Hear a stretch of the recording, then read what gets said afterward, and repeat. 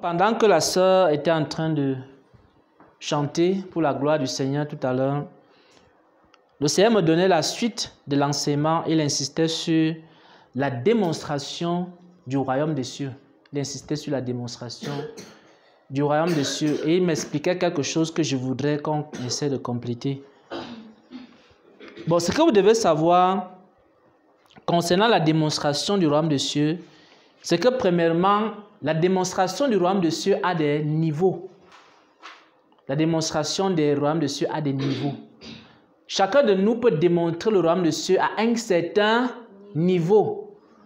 Et il y a donc des niveaux et des niveaux, que ce soit dans la prophétie, il y a des niveaux et des niveaux, que ce soit dans la guérison, il y a des niveaux et des niveaux, même dans la puissance de Dieu. Vous voyez un peu? Ça veut dire que, par exemple, ici, dans l'assemblée, les personnes qui viennent étant malades, on prie pour ces personnes-là, elles sont guéries. Et les personnes qui ont des oppressions sataniques, on prie également pour ces personnes-là et elles sont délivrées. Ça, c'est quelque chose qui est là dans l'assemblée. Et le témoignage que je peux rendre même, c'est que ma fille, elle était souffrante. Je crois que c'était cette semaine. Cette semaine même. Parce qu'elle est rentrée à l'école et on est allé faire les examens à l'hôpital. On n'a rien trouvé, le médecin, aucun examen n'était positif. Tout était négatif, donc il n'y avait rien. Et on a compris que c'était une maladie spirituelle. Et nous avons prié. On a prié simplement, elle a été guérie, comme ça là. Donc aujourd'hui, elle est en forme, elle est repartie à l'école. Et je crois qu'ils ont un examen bientôt, parce que ce sont des maladies parfois, à l'approche des examens comme ça, elle tombe malade. Mais ce sont des maladies spirituelles. Et on m'a expliqué que c'est depuis Yaoundé, que c'est comme ça. Et que parfois, quand il y a des événements comme ça, les examens, il arrive de tomber malade pour qu'elle rate l'examen. Mais on a prié simplement, elle a été guérie sans problème. Donc, il y a cette démonstration de la puissance de Dieu qui se manifeste au milieu de nous. Et maintenant, si vous voyez dans des songes ou des visions que vous êtes en train de prier pour les malades, ça veut dire que vous avez reçu le royaume des cieux dans ce domaine-là. Donc, n'hésitez pas chaque fois que vous verrez un cas de maladie de prier. Vous voyez un peu. Il peut arriver que de temps en temps, vous voyez dans des songes que vous avez prié pour les malades. S'il y a un malade dans votre famille, priez pour le malade en question. S'il y a un malade qui vient vers vous, priez pour le malade. Parce que c'est en priant pour le malade que vous saurez que vous avez le royaume des cieux en vous. Mais il y a des cas de maladie que vous allez prier, ça ne va pas marcher. Vous allez voir que c'est un cas de maladie, vous priez, ça marche. D'autres cas de maladie, vous priez, ça ne marche pas. Je vais vous prendre un exemple biblique. Un jour, le Seigneur Jésus envoie... En fait, les apôtres sont partis pour prier pour un cas. Soit c'était maladie ou possession démoniaque. Ils étaient en train de prier, c'était possession. Voilà, c'était un cas de possession démoniaque. Ils étaient en train de prier et le démon n'est pas parti. Alors, ils sont venus vers Jésus et Jésus a dit ceci. Cette espèce-là, cette qualité de démon-là, ne part que par quoi? Par le jeûne et la prière. Vous voyez, ça veut dire qu'ils chassaient les démons. Ils opéraient des miracles. Mais il y avait des types de démons, des sortes de démons qui ne pouvaient partir que par le jeûne et la prière. C'est pour ça que même si tu as la grâce ou tu as reçu le royaume des cieux, il y a certains types ou alors catégories de problèmes que tu ne peux pas affronter si tu ne passes pas une vie de jeûne et de prière. Je ne sais pas si vous comprenez un peu. C'est pour ça qu'à un moment donné, le Seigneur nous pousse donc dans les jeûnes et la prière pour que nous soyons capables de démonter le royaume des cieux à un autre niveau, à une autre dimension. Parce que les apôtres démontaient déjà le royaume des cieux, n'est-ce pas? Mais ils démontraient le royaume des cieux à un niveau limité. C'est pour ça que quand ça les a dépassés, ils sont allés voir Jésus. Vous allez voir que même parmi les gens qui prient pour les malades, il y a des cas de maladie qu'on dit que non. La maladie, si c'est plutôt telle personne. Allez voir. Même dans les hôpitaux, vous n'avez jamais vu un médecin qui dit que le cas-ci là, allez donner à tel autre médecin, alors qu'il est médecin. Et il dit maintenant, allez donner ça à un autre médecin que je connais. C'est lui qui peut gérer ça. Ça veut dire que même dans, que ce soit la louange, l'adoration, la prophétie, l'enseignement, il y a des niveaux. Il y a certaines personnes, quand le songe est trop compliqué, il dit que non, allez donner ça aux frères Xavier. Là-bas, c'est son niveau là-bas. Donc, voyez un peu, il y a des gens, quand des choses demandent la sagesse, l'intelligence, on sait que c'est telle personne qui peut gérer ça à ce niveau. Voyez un peu. Donc, il faut comprendre que, donc ne croyez pas que vous n'avez pas déjà le royaume de Dieu en vous et que vous ne pouvez pas le démontrer. Vous pouvez démontrer. Chacun de nous ici peut démontrer le royaume des cieux. Mais le Seigneur voudrait que nous puissions démontrer le royaume des cieux à une autre dimension. C'est-à-dire que si tu es chantre, ce n'est pas mauvais. Tu chantes, il y a des manifestations, il y a la joie dans les cœurs. Parce que quand tu as chanté, la joie est entrée dans mon cœur. Est-ce que tu savais ça? Voilà. Personne n'a ressenti la joie dans son cœur ici. Voilà. Vous voyez, c'est comme ça. Elle a donné le royaume des cieux. Pendant qu'elle chante, il y a la joie qui entre dans le cœur. C'est comme ça. C'est-à-dire que quand tu as reçu et tu es en train de chanter, les gens reçoivent des choses. Moi, on chantait, je recevais la joie. Il y a parfois, on peut chanter comme ça, quelqu'un reçoit la guérison. On peut chanter comme ça, l'autre reçoit, etc. dans son cœur. Ça veut dire qu'elle a reçu, elle est en train de communiquer. Mais, ça ne veut pas dire que tu dois t'arrêter à ce niveau.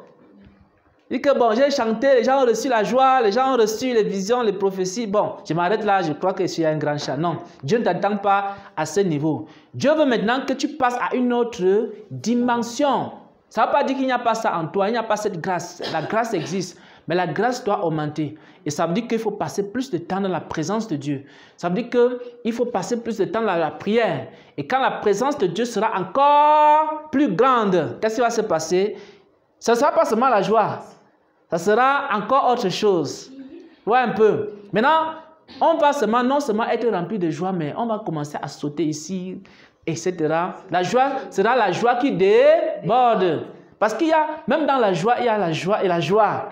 Vous ne savez pas ça? Je vous dis la vérité. Oui, il y a la joie et la joie. Il y a souvent certaines joies comme ça, là, quand je suis en... Elle dit, je saute, je danse, je peux même toucher le plafond. Ouais, un peu. Ouais, un peu. Mais il y a aussi la joie que, bon, je suis en joie, je suis content. Mais il y a la joie que quand je suis vraiment en joie, là, je tape les mains comme ça et dis que non, voilà. Donc, tu sens qu'il y a la joie ici. Ouais, un peu. Donc, c'est pour dire que si tu peux déjà communiquer la joie, c'est bien. Mais il faut travailler pour communiquer encore une plus grande joie. Voilà. Et si tu peux déjà guérir les malades, c'est bien. Mais le Seigneur veut qu'on travaille pour que ce ne soit pas les petits fièvres. Ouais, un peu. Et les petits démons. Mais que ce soit les grands démons, là, le genre que quelqu'un est fou. Vraiment comme ça, là. Là, on saura que la main de Dieu est ici. Et c'est ce que le Seigneur était en train de me montrer. Quand il me parlait des jeûnes de 21 jours, c'est ça qu'il me montrait. Il ne me parlait pas des choses qu'on fait ici tous les jours, prier pour les malades, des petits trucs comme ça. Quand il me parlait des jeûnes et des prières, il me parlait de résurrection des morts. C'est ça que lui est en train de me dire. Donc, je ne suis pas en train de parler des histoires des maladies, quelqu'un est malade. C'est ce qu'on fait chaque jour. J'ai fait ça avec ma fille cette semaine encore. Donc, c'est des choses basiques que nous, on est à ça. On est habitué à ça. Mais le Seigneur parle ici de faire marcher les paralytiques. Et tu vois un peu les gens qui ont les pieds comme ça, ils marchent, les pieds sont comme ça. Là. Vous n'avez jamais vu ça. On les appelle ça quoi? Les perclus de pieds là. Donc, les gens qui sont perclus de pieds. Voilà. Ouais, un peu.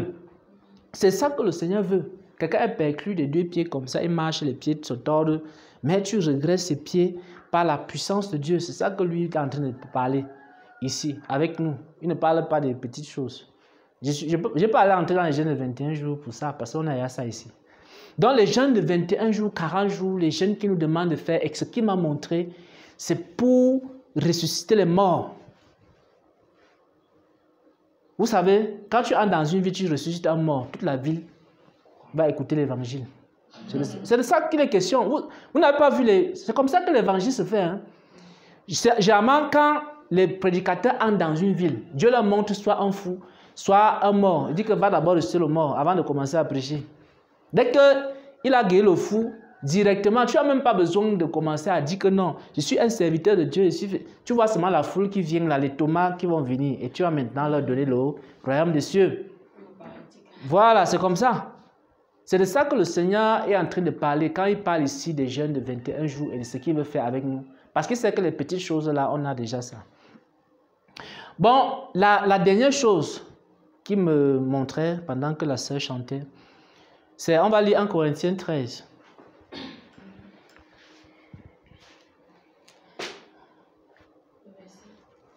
Non, tout 1 Corinthiens 13. Bon, là, je vais dire que tu t'arrêtes, tu t'arrêtes. 1 Corinthiens chapitre 13. Je lis au nom du Seigneur Jésus. Amen. Quand je parlerai les langues des hommes et des anges, si je n'ai pas la charité, je suis un airain qui résonne ou une cymbale qui retentit. Et quand j'aurai le don de prophétie, la science de tous les mystères et de toute la connaissance, quand j'aurai même toute la foi jusqu'à transporter des montagnes, si je n'ai pas la charité, je ne suis rien. Et quand je distribuerai tous mes biens pour la nourriture des pauvres, quand je livrerai même mon corps pour être brûlé, si je n'ai pas la charité, cela ne sert de rien. La charité est patiente, elle est pleine de bonté.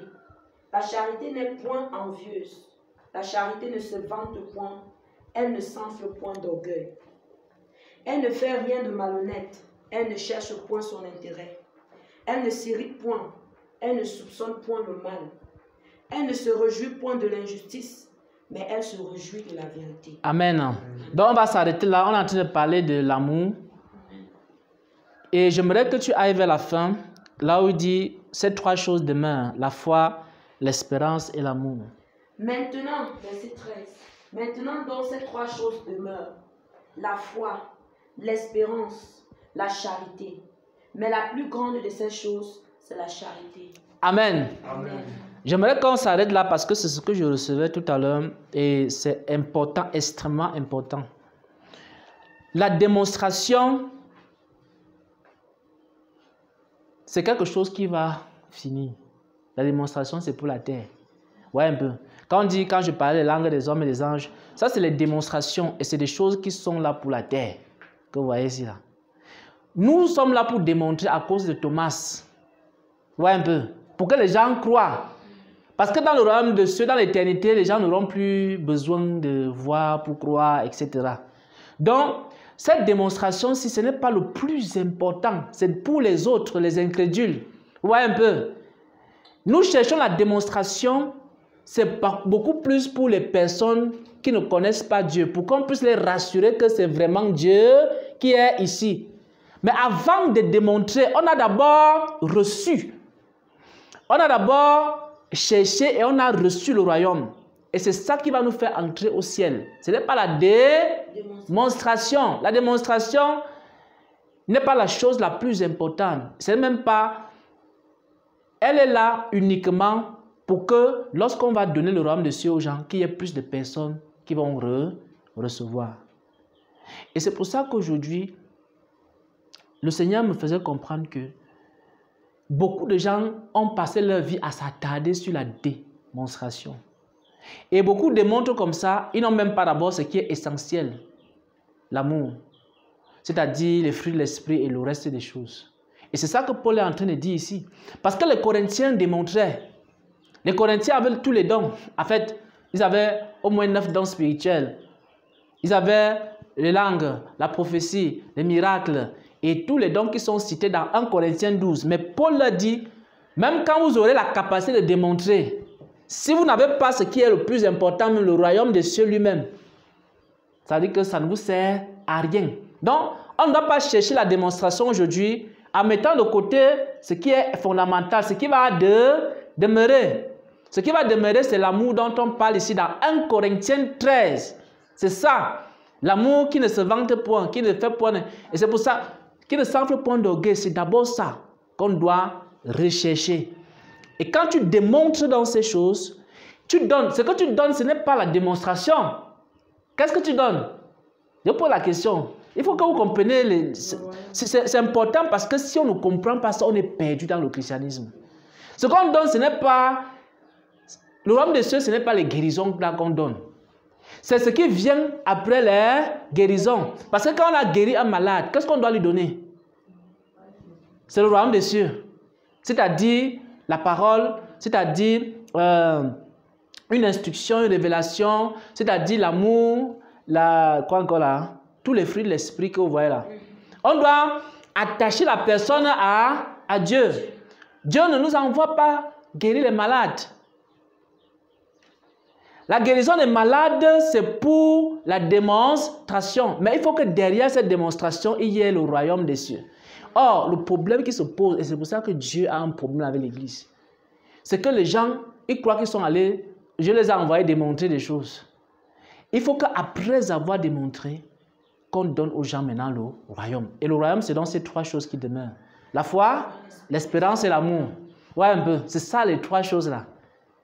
Dans les démonstrations, c'est pour qu'à la fin, on puisse leur communiquer quoi? La foi, l'espérance et l'amour. Si tu as fini de démontrer, et à la fin, tu n'as pas communiqué la foi, l'espérance et l'amour, ça sert à quoi? Quand vous finissez de prier pour un malade, ce n'est pas pour qu'ils vous applaudissent et ils vous donnent l'offrande. Ce n'est pas ça. C'est pour qu'à la fin, vous essayez de voir comment ramener ce malade-là à Jésus-Christ. À la fin, tu essayes de mettre l'amour de Dieu dans son cœur. Vois un peu. Même ce qui s'est passé avec ma fille. Parce qu'à la fin, le Seigneur m'a fait comprendre que c'était aussi une opportunité pour la réconcilier avec Dieu. Comme tu vois comment son caractère était devenu. Mais si on compare son caractère avant le problème qu'elle a eu, et son caractère maintenant, il y a eu un changement. Pourquoi?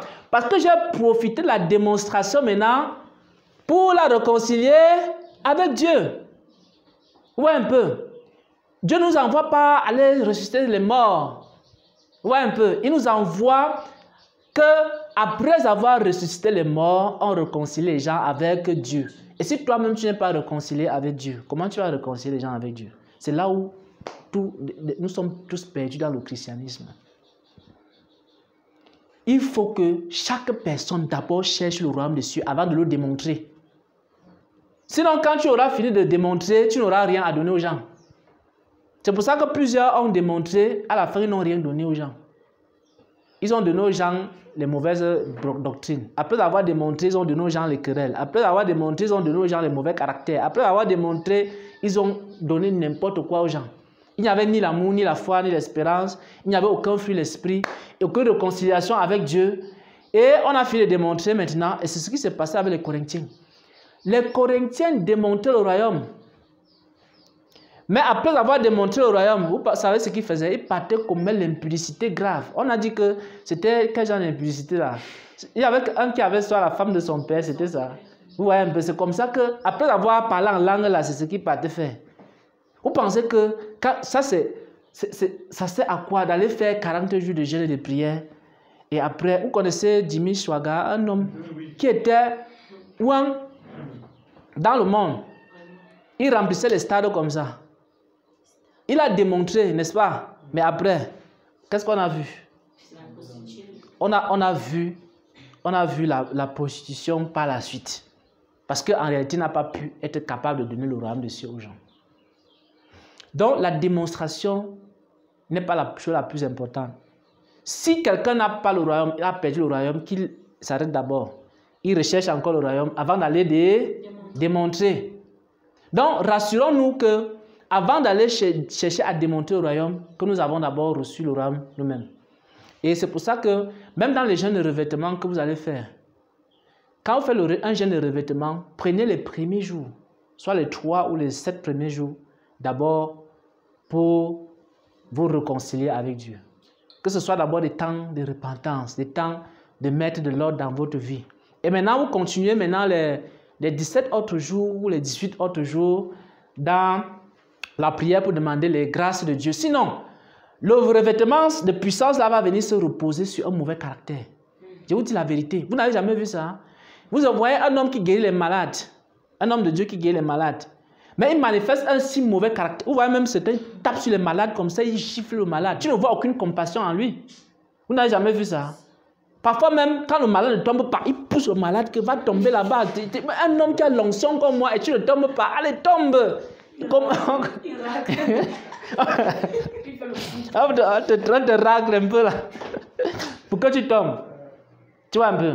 Mais il y a certains hommes de Dieu maintenant, lorsqu'il s'est d'abord revêtu du royaume, vous voyez, et ensuite il est venu poser le revêtement de puissance dessus, vous allez voir que sa façon même de guérir les malades est différente.